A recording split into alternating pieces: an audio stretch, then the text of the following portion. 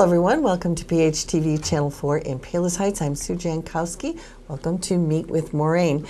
In this program we talk to various people from Moraine Valley Community College and we let you know what's going on, kind of familiarize you, if you aren't already, with the things that are going on and the people who make it all happen there. And today we're really excited to have Dr. Wally Franczak, who is Dean of Liberal Arts over at Moraine Valley. Thank you for joining us today, Wally. My pleasure. It's great to have Wally here. And what I like to do is always start with something about the person and how did they get started there. So I guess, you know, have you been in Moraine Valley for a long time or a short time? How'd you get started there? Well, I've been there. I started as a student, actually. So I was a student gosh. at the college. I grew up in Oak Lawn, and I decided to come to Moraine. So my first touch with Moraine was as a student. And then I worked as a student aide there, and I did orientation, so I helped students register for classes, plan their schedules. And I went away to St. Xavier, and I worked on my bachelor's degree there. And then I worked for the state. I was a youth counselor for about 2 years. And then my former boss, who I still talk to, called me up and said there was a position at Moraine, and because I worked for her as a student aide, and she says, I thought you'd be great for the job. And I went through the process, and here I am, 35 years later. Wow, so you, I think that's a great story. I mean, you don't always hear the story where the person was the student there and then ends up to be there. So you really have been there for a while and seen a lot going on, and actually were an instigator in starting up some programs such as the college activities program. That's kind of where you started. What was that, or is that still something going on? It's still there. I think at one point it was called Student Activities, and we changed the name to Student Life. And it was, you know, we were a smaller school back then, so our office was responsible for all the students' activities. There's the name, and then, but with that, we also were kind of responsible for a lot of the events at the college because we were smaller, and so we would do events, and community sometimes would come to the events and students. And then it evolved as we grew. It evolved, and then my role evolved, you know, with that particular department because it was an entry-level job. And you know, it was kind of exciting. We brought in a lot of events, and it was, you know, we didn't have a lot of resources. We didn't have a theater, and you know, you do events and you build everything from scratch. Like we used to have Second City and at the college, and we would literally be there for 24 hours. We'd build the set, you know, build the staging. We have people come in with the lighting, and we subcontract all that out. And so we didn't have a lot of resources. So a lot of stuff was done, you know, with everybody's, you know, help. So it was kind of fun. It was very, very close. And then we evolved and we just continued to do events. Yeah. Well, you know, I think, you know, as things grew, when we think of Moraine Valley from years ago, if people from the community remember, I mean, it was a very small school. It had just been started. So the fact that you were building sets doesn't actually really surprise me. You know, it's like, well, if we want this to happen, you know, we're going to have to do that ourselves. So that's kind of really exciting. I remember going there years and years ago. I think my kids were really little, and there would be like those kind of things, you know, very, I don't know, rural kind of activities where you're kind of outside and doing things. But the nice thing was that the community was always involved. You know, that Moraine Valley Community College, it wasn't just for the kids there. It was also for, you know, people just going over there. We did, I didn't even think of that, but yeah, we did a lot of events outside. We had a courtyard concert series, and every Sunday we would have events out there, and then we did a family fair in our Fine and Performing Arts Center. So yeah, the community has always been involved and always supported the college in many ways. Yeah, and that makes it kind of fun. Now that's all kind of changed, and somewhat in part to the availability of funds. So when you're talking about funds, you're talking about, you know, referendums and things, and I know that there was a referendum a few years back that was really very important and instrumental in getting Moraine Valley, you know, to that next phase. Can you tell us a little bit about what was that and why was it so important? Well, it was exciting in many reasons, for many reasons. You know, kind of what I remember about it is the willingness of all the staff to help with the referendum and the support of the community. But institutions have referendums for various reasons. There's basically two types of referendums. You have what we call brick and mortar referendums, and those are for building projects, you know, heavy capital projects. And then you also have an operating cost referendum. This was an $89 million referendum for building projects, so basically the brick and mortar aspect of it. And referendums are, any election or referendums are always, difficult. But we felt real positive about this, and I think the community felt very positive about it. Obviously, it passed by a couple points, which usually referendums are very close. And I think the referendum really transformed the college to how it is now. And for those of people that haven't been on our campus in a while, you go there, or when I have visitors come there, you're just amazed of what great facilities we have and how they're utilized. And they're utilized by the community. Like you said, we always have the community involved, and the students. And we also have a lot of visitors come on campus sometimes just to look at our buildings, to kind of get ideas for their universities and their campuses. So it really evolved. With that, we built 3 buildings and a couple of add-ons, renovations, facade type changes to the buildings, and it's just a beautiful campus. So I think it really changed us, and I am sure that would have happened no matter what at one time or another, but I think it helped us grow quicker. I am sure that we would have had buildings, throughout the years, and like any institution. But I think it really got us to the point of being able to do that at a more rapid pace. Now, with that kind of thing, so you're planning a referendum. Did you have drawings or renderings, like this is what we want to do? I'm just curious, because do people, I'm assuming you have a vision ahead of that, and here's what we want. Did you have presentations most definitely, like that? Oh, we have to.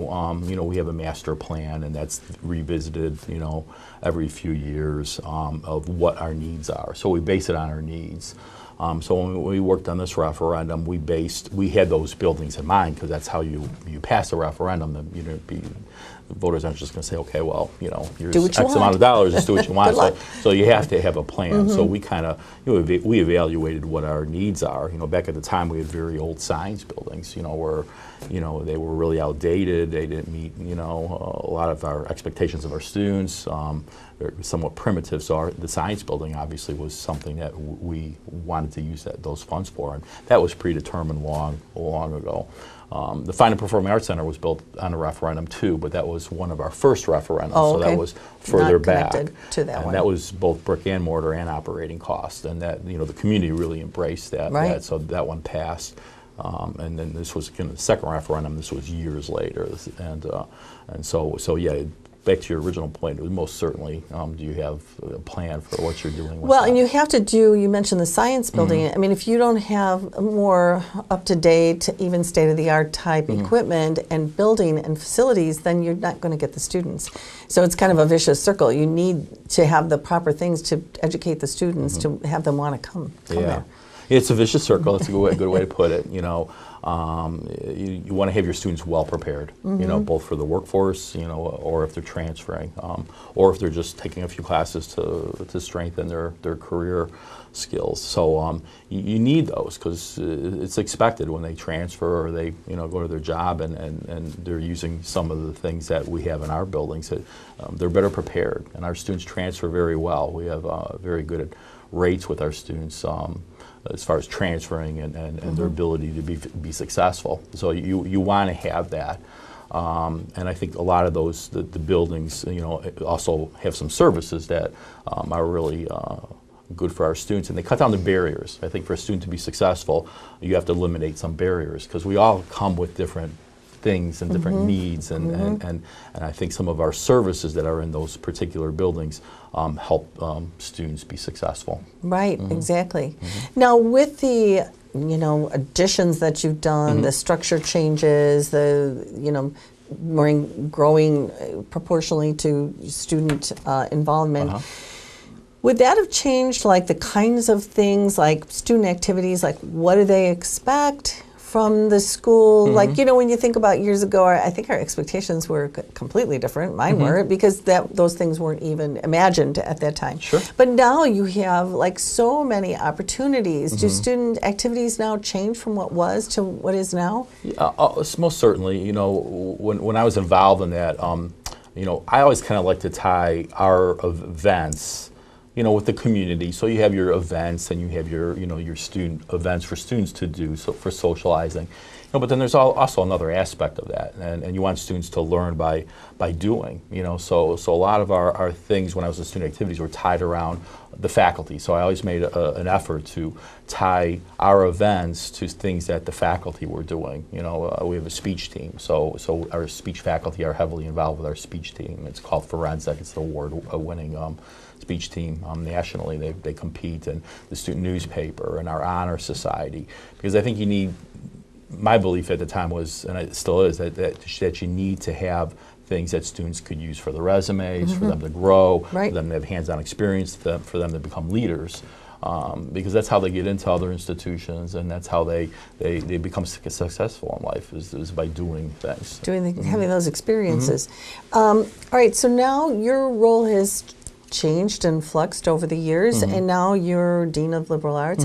How does your position now at Moraine affect students and just your position as a leader at the college? Yeah, we always kid around. There's like two sides of the house. Okay, so you have your student service side, and that's all your services and student activities and athletics and things like that. And then you have the academic side of the house. So after a certain point in my career and advancing my degrees, I wanted to become more on the academic side of the house and have some different challenges. So I became the assistant dean of liberal arts. I did that for about 5 years, and now I'm the dean of liberal arts. And it's just exciting because it is such a large institution. My office runs about 1,000 sections of classes a semester. So we're running 1,000 classes, 958 or something like that. That's a lot of scheduling, and it's a lot of staff, and with that, that's a lot of programs. So I think, how I believe I've changed some of the things, or improved some of the things, because some of those things exist. One is by having great staff and excellent faculty, because I believe I do. But then you also have to kind of redesign and look at different things that you're doing and improve them, and also create new things, because everything is changing. And so a couple things that we've started was American Sign Language, which is a program that we started about 3 years ago. It's a career program. We're going to change it to a transfer program, but that's for interpreters. So that was a program that didn't exist, and now we have healthy enrollment, and we have a lot of students involved in that. We've expanded the honors program, because a lot of our students are transfer students. So they want some of those experiences that they would get, when they transfer, or if they were going to start out at a different institution after maybe being a year with us. But most of our honor students, they're transfer students, so they're going to be with us for 2 years. So we thought that program would be really good for our students, because one, it's an honors program. They're getting honors classes. They're learning different ways. Our curriculum for honors is much different. So we kind of capitalized on the honors program, where a long time ago it was just a couple of honors classes, a couple of faculty members would run that program. And then, some of it's just the basics. I love working with students. I was a student myself, so I tell every student that. I said, I was in your seat at one time. Sometimes I like to work with students individually. If someone's having some issue, and I'll spend time with them. And I think that's very important. So you're doing things holistically, where it's affecting many people. And then I think that personal touch, or that working with the student individually is equally as important. Well, it also helps you understand the students more as student populations change. And I guess that would be my next question. Do you see who that student is, what their expectations are, or just who they are? Does that change? Has that changed for you? I mean, because you've been there for a while now, so you've seen that, the growth in the school, and of course we have different people now than we had 30 years ago, what they know and what they want. Do you see that? And I think that's nice that you have that individual contact with that kid. Oh, that's the best part. Young adult. That's the best part about the job. Yeah. Is working with the students. I mean, it really is. Change. It's most certainly. some of the same things are there. I think a student wants to have a good education. They want to have interaction with the faculty. Surveys show that, and research shows that students that are engaged or have that contact with students and other staff and faculty, they're going to do better. Because they're committed to that institution. So some of those basic things that a student goes through when they go to college are the same, and then there's some big differences. Students come to us with a wide range of skill sets. You know, some of them are they're straight A students. They're going to come to us for 2 years. They're going to U of I. They know what they need to take. They know what they're going to take at U of I. And you have some students that struggle, you know, where they're not too sure what they want to do or what career they want to go into. You have adult learners. So you have just a wide variety of different needs, because we are a community college, so we're serving, you know, the community, and we're serving all their different needs. So you see a little bit more of that. We're still a very heavy transfer institution where students, you know, come to us for their 2 years, and they agree to degree is our motto, and so they get their degree and they transfer to different institutions. And that still exists, and that existed when I was a student, you know, because I think the community knows our reputation, and they encourage their sons and daughters to come to us, or you know, it's a first choice for students nowadays as well, because community colleges have really evolved over the years. So, but you still see the changing needs. You know, the workforce changes. You know, people have different needs. You know, it's not always your traditional path. You know. No, and like you said, there's a lot of adult learners who've been in the workforce for a while and think, I don't want to do that anymore. I need to be, you know, educated so I can do something else. Retool. Yeah, exactly. And I think that the experiences at Moraine are nice for incoming younger students, because then they can spend their 2 years there. They can grow a little. They can have a nice education and then move on to that four-year institution if they want to. Economically, it really kind of makes a lot of sense. I was just going to hit on that. Yeah. Yeah, I mean, we see that in the news. You know, education's expensive, and a lot of students don't have those opportunities. I think Moraine gives students opportunities that they might not have ever. So I think that a lot of students come to us because of the economics. It's wise to do that. I tell students that all the time. You know, they're saving a lot of money. You know, they might be living at home. They can still work, and then they have the opportunity once they finish their 2-year degree to move on. And some of our students are in career programs too. We have a lot of excellent career programs where it is a 2-year program, and you know, some students say, well, you know, I want to get trained, and I like this field. You know, we have a great cybersecurity program, for example, and a great nursing program, and that's where they want to get that 2-year degree, and they want to go into the workforce. You know, because of the finances, and it's a changing environment, and education is always changing as well. It is, and that's the great thing. I think one of the really great things that I admire about Moraine Valley is the fact that it has people from all walks of life, and from the student who, like you said, maybe is a little bit more struggling, but has the opportunity to do well, and then the student who maybe is a more higher achiever student who can take the classes and then knows exactly what they want and maybe move on from there. So it actually takes in everybody and helps them through whatever educational process they need to do. Yeah, most definitely. I think that, you know, what we've tried to do, and what some things that we have changed is to eliminate some of the barriers that students encounter. So students come in with different needs, and we've developed programs that help them you know, achieve a degree. You know, we have a bridge program, for example. You know, English, everybody struggles with, and math, right, and sometimes science, but everyone struggles with English and math. And so they come in, and they might not test at the level they should be.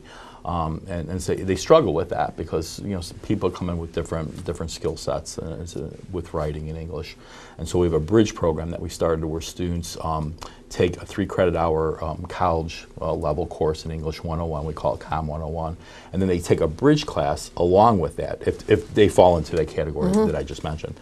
And so they take that 1 credit hour, they take a 1 credit hour course on top of the 3 credit hour course. And that 1 credit hour course is with a select group of students, 8 of them, and they work with a faculty member. They meet once a week for 15 minutes, and they work with that faculty member to improve their skills so they can do well in COM 101. We call it COM 098. That is I should say non-credit, but that's a Dev Ed course, so they don't get college credit for that. But that 1 credit hour kind of helps them succeed in 101.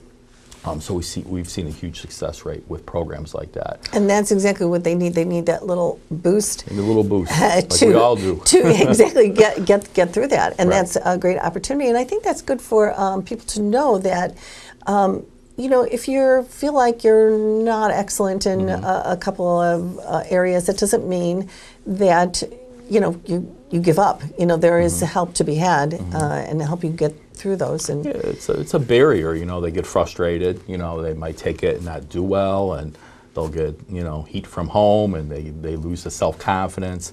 You know, so at that point in their college career, it's really important to have some of those things, you know, to move them along. You know, we have we put a lot of effort into our tutoring department, and we encourage students to use that because, you know, not everybody has every skill in every particular area, you know, Absolutely. but they need all those areas because they're general education courses and Right. core courses. They need that to move on to the next level. So you have to kind of meet those needs. Yes. You know. Yeah, so, exactly. yeah. So as, now how long have you been the Dean of Liberal 30. Arts? I think I was 35 years, Wow. and I've been liberal arts dean for 11 already. Oh, wow. Yeah, yeah. All right. Okay. Yeah, I So can't you- believe it's 11 years. I didn't think about that. No, but- and 35 years there. I mean, I think that's a great story that you started out there, and then you. I mean, you really know all about the school and how it feels to be a student and all of that. And I'm guessing this is very rewarding to be at this point of your career and actually have a lot of input with not just faculty and classes and scheduling, but one-to-one with students as well. Yeah, it's been a fantastic experience. I wouldn't change it for the world. So it's been a fun thing and evolve. I think everybody there is very committed. You know, I mean, just everybody kind of dives in and works. And you know, anytime we make a decision, it's always, you know, what's the best interest for the students. So I think it's kind of nice when you work with a group of faculty and staff where you have one mission, and it makes it much clearer what you need to do. So It does. it's been a great career there. Well, it sounds wonderful. Congratulations on 35 years of being there. That is awesome. Yeah. Thanks for being with us today. I enjoyed it. Thank you for having me. Don't forget to stop by Moraine Valley. Take a look. You know, we get those flyers in the mail for you to peruse and look at. And don't forget to, you're a young student, don't forget yourself. If you've got something you want to change or do. And as a matter of fact, you can go over and talk to people, you know, and they can help direct you as to maybe what you want to do for your own career path or change something. Something's always available over there. So thanks for watching. We'll see you next time on